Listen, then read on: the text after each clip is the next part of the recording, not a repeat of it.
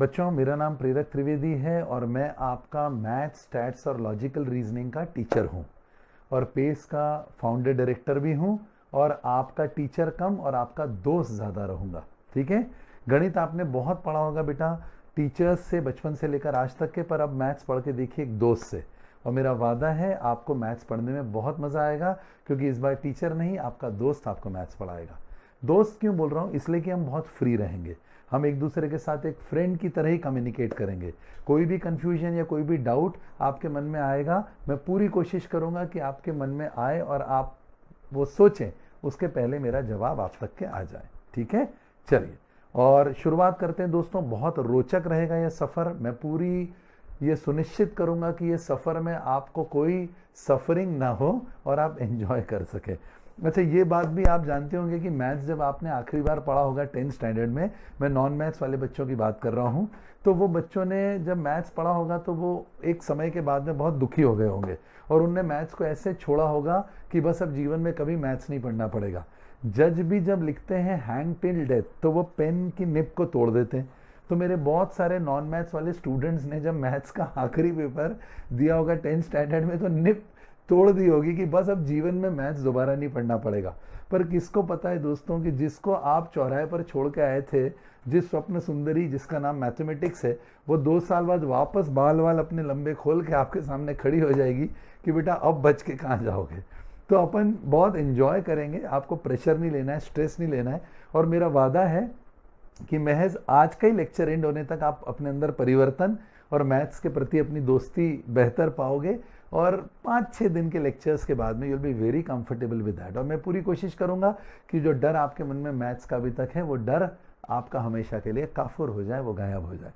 और एक बात ये भी बताना चाहता हूँ दोस्तों कि आपने बहुत बार देखा होगा कि ज्योग्राफी का सब्जेक्ट आपको बिल्कुल मज़ा नहीं आया, संस्कृत में बिल्कुल मज़ा नहीं आया, मैथ्स में भी बहुत बार ऐसा हुआ होगा।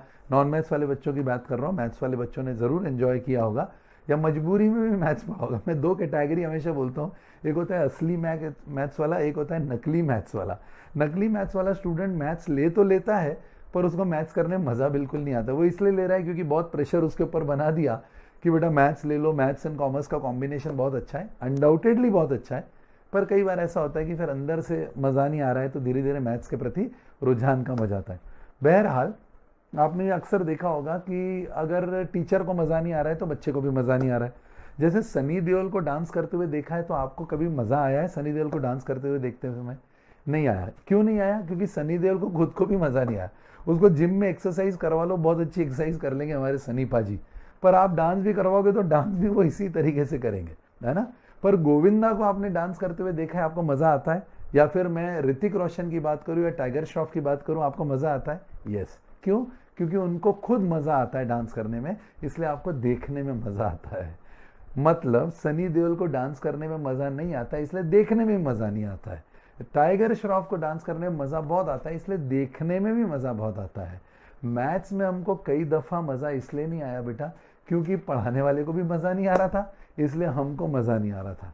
पर मुझे पूरा विश्वास है कि अब चूंकि मैं मज़ा लेकर पढ़ाऊंगा तो आपको भी पढ़ने में मज़ा ज़रूर आएगा।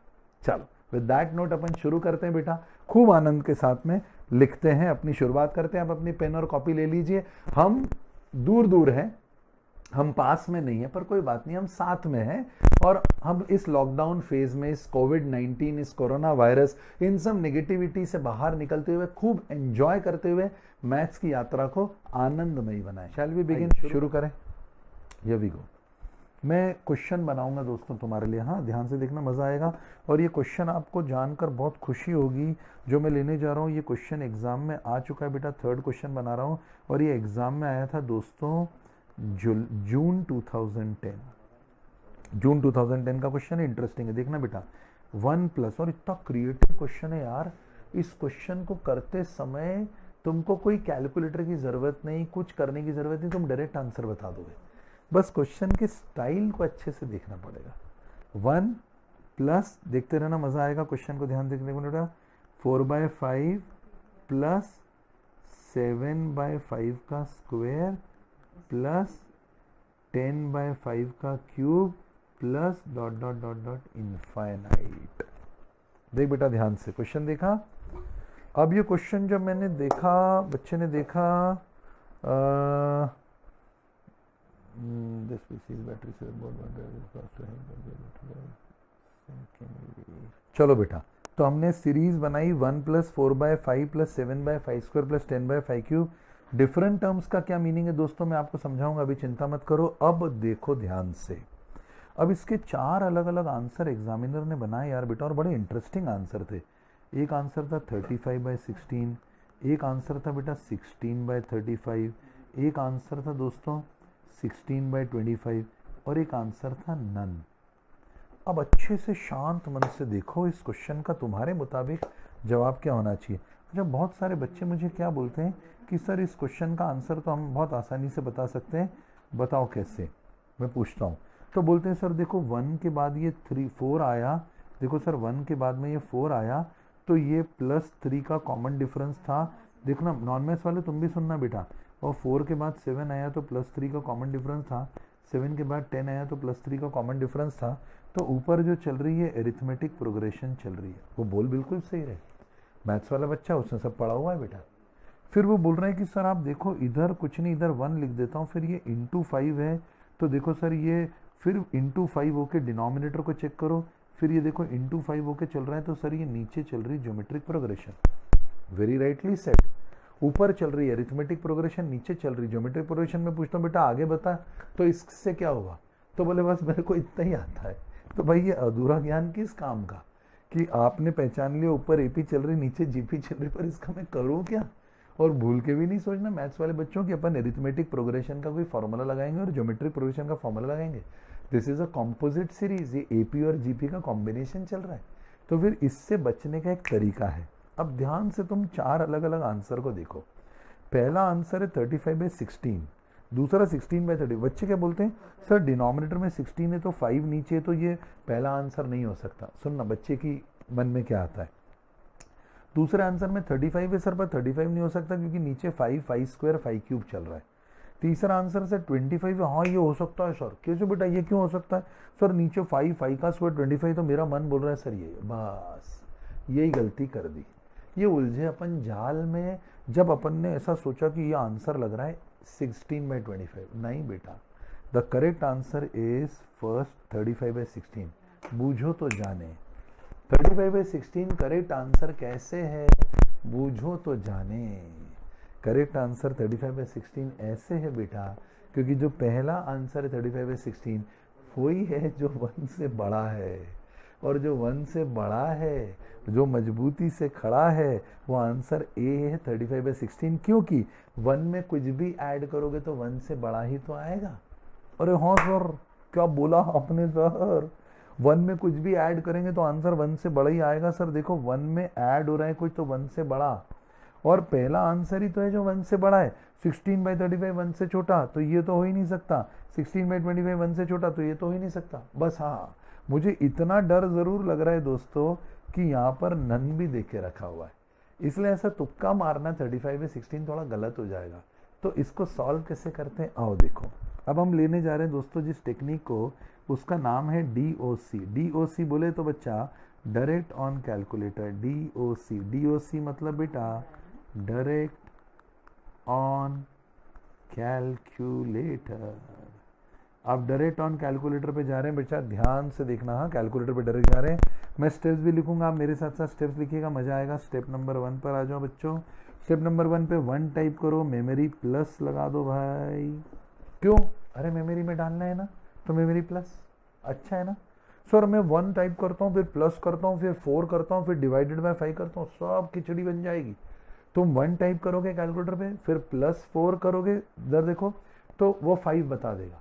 तो ऐसा नहीं करना ना बेटा, अपने को 1 में 4 थोड़ी ऐड करना है, 1 में 4 डिवाइडेड बाय 5 ऐड करना है। अच्छा सर, अब समझा।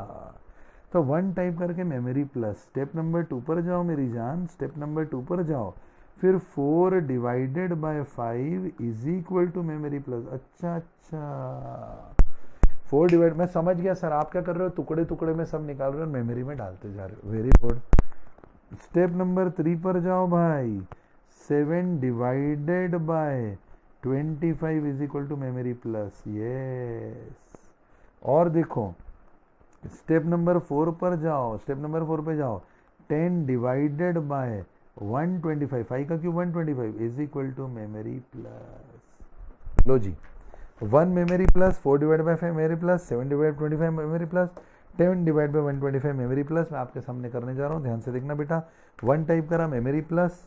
अच्छा, कैलकुलेटर को भी क्या करना दोस्तों, ऐसा 2 हाथ से कैलकुलेटर पकड़ो ताकि अंगूठे कैलकुलेटर पे ऐसे बढ़िया दौड़े, या फिर कैलकुलेटर को ऐसा रख दो नीचे और दोनों हाथ उस पर चलाओ जैसे लैपटॉप पे डेस्कटॉप पे चलाते हैं, समझे क्या? तो ये बहुत अच्छा तरीका। ऐसे नहीं करना बेटा, 1 फिर मेमोरी प्लस फिर 4 फिर डिवाइड किधर गया, कल तो देखा था डिवाइड किधर, ऐसा नहीं करना। 4 डिवाइड सामने तो दिख रहा है, 4 डिवाइडेड बाय और फिर 5 इज इक्वल टू, अभी तो मैंने एक हाथ से पकड़ के रखा है इसलिए, पर हम ऐसे करते, देखो अच्छा लगेगा तुमको। Let me do it, screen पे देखना। हाँ, 1 मेमोरी प्लस, फिर देखते रहना बेटा। 4 divided by 5 is equal to memory plus, check करो मेरे अंगूठे कैसे चल रहे हैं। फिर उसके बाद में 7 divided by 125 is equal to memory plus. आया, मैंने थोड़ी गलती कर दी, MRC करके खत्म करा। 1 मेमोरी प्लस, फिर दूसरा था 4 divide by 5, 4 divided by 5 is equal to memory plus. फिर तीसरा था 7 डिवाइड बाय 25, मैंने 125 कर दिया था। 7 डिवाइडेड बाय 120, गलत हो गया, 7 divided by 25 is equal to memory plus. फिर था 10 divided by 125 is equal to memory plus. बस इतना बहुत है। क्यों बहुत है सर, मैं तो इनफाइनाइट तक जाऊंगा। ओ मेरे भाई, किसके अपन जिंदा ही नहीं बचेंगे इनफाइनाइट तक जाने के लिए। और देख ध्यान से, जैसे आगे बढ़ते चले जा रहा हूँ वैसे न्यूमरेटर तो ++3 से जा रहा है और डिनोमिनेटर × 5 से जा रहा है। मतलब डिनोमिनेटर ज़्यादा तेजी से बढ़ रहा है, खरगोश जैसी छलांग मांग रहा है, और न्यूमरेटर केवल ऐसा चल रहा है कछुए जैसा। तो ऊपर चल रहा है कछुआ, नीचे चल रहा है खरगोश, तो बड़ा होते चले जा रहा है डिनोमिनेटर, और डिनोमिनेटर बड़ा हो रहा है तो वैल्यू उसकी निग्लिजिबल स्मॉल होती जा रही है। तो जितना हम आगे बढ़ते जाएंगे बेटा, वैल्यू छोटी बनती चली जाएंगी और वो निग्लिजिबल स्मॉल होंगी, तो उनके ऐड करने से कोई इफेक्ट नहीं आएगा। समझे बच्चों? इसलिए हमने 4 एक टर्म ले ली तो बहुत हो जाएगा। तो अब मैं MRC का बटन दबाता हूँ बेटा, आंसर आ रहा है 2.16 आया। अब मेरा आंसर आया, स्टेप नंबर 5 लिखना बेटा कॉपी में, हाँ याद से। बटन दबाया MRC, और MRC का बटन क्या बोला था, कितनी बार दबाना है बेटा, 2 बार। तो MRC का बटन 2 बार दबा दिया। अब ये क्या आ गया, 2.16। पर सर 2.16 तो आंसर ही नहीं है सर। क्यों बेटा? MRC का बटन 2 बार दबाया, 35 डिवाइडेड बाय 16 करा तो आया 2.18। तो सर ये आंसर तो 2.18 आ रहा है सर, और ये 2.16 है। ए बेटा थोड़ा कॉमन सेंस लगा ना रजा। अपन ने कितनी टर्म्स ऐड करी अभी तक के, 4 टर्म, और वहां पर कितनी टर्म्स दी थी ऐड करने के लिए, इनफाइनाइट टर्म्स। तो जब अपने को इनफाइनाइट टर्म्स दी थी ऐड करने के लिए और अपन ने उसकी जगह पर केवल 4 टर्म्स ही ऐड करी है, तो उस सिचुएशन में बेटा थोड़ा सा आंसर तो कम आएगा ना यार, तो इतना तो चलता है बेटा। तो ये 2.16 से मोस्ट क्लोज आंसर कौन सा है, दैट इज 2.18। तो करेक्ट आंसर इज 2.18। आया समझ में? तो ऐसा करके करा। अब दोस्तों यहाँ एक बल्ब जलाने का टाइम आ गया है, आओ ये अपन बल्ब जला देते हैं। मतलब यहाँ कुछ इंटरेस्टिंग पॉइंट में लिखवाना चाहता हूँ, वो लिखो। ऐसे छोटे छोटे पॉइंटर, बल्ब, ऐसे सब जलाते चलेंगे। और इसमें एक इंटरेस्टिंग पॉइंट क्या लिखवाना चाहता हूँ, बोलूंगा, लिखना बच्चों सब लोग। हाँ लिखो, ये ट्रिक है। मतलब इस क्वेश्चन को करने की सर क्या लिखवा रहे हो, ट्रिक। कौन से क्वेश्चन को? इनफाइनाइट सीरीज वाला क्वेश्चन जिसमें डिफरेंट टर्म्स हो, उनको करने की ट्रिक लिखवा रहा हूं। तो लिखो ट्रिक। ट्रिक ये बनी, बोलता हूं बेटा लिखना। हिंदी वाले भी थोड़ा सा इंग्लिश लिखो बेटा, क्योंकि क्या है अपने को इंग्लिश में तो सूनर और लेटर कन्वर्ट करना ही करना है। तो लिखो, एक ट्रिक लिखो। In case of infinite series with different terms, in case of infinite series with different terms, ठीक है। इनफाइनाइट सीरीज वाले क्वेश्चंस जिनमें डिफरेंट टर्म्स हो, ऐड ओनली फ्यू टर्म्स, केवल कुछ टर्म्स को ऐड करें। ऐड ओनली फ्यू टर्म्स, केवल कुछ टर्म्स को ऐड करें, and get an approximate answer, और अप्रॉक्सीमेट आंसर पाएं। Add only few terms and get an approximate answer, केवल कुछ टर्म को ऐड करें और अप्रॉक्सीमेट आंसर पाएं। फाइन। तो हमारा ये ट्रिक याद रहेगा बेटा बच्चों को। ऐसी मैं अपेक्षा कर रहा हूँ कि इनफाइनाइट सीरीज है, डिफरेंट टर्म्स है, तो कुछ टर्म्स को ऐड करें, गेट एन अप्रॉक्सीमेट आंसर। फिर मैं आखिर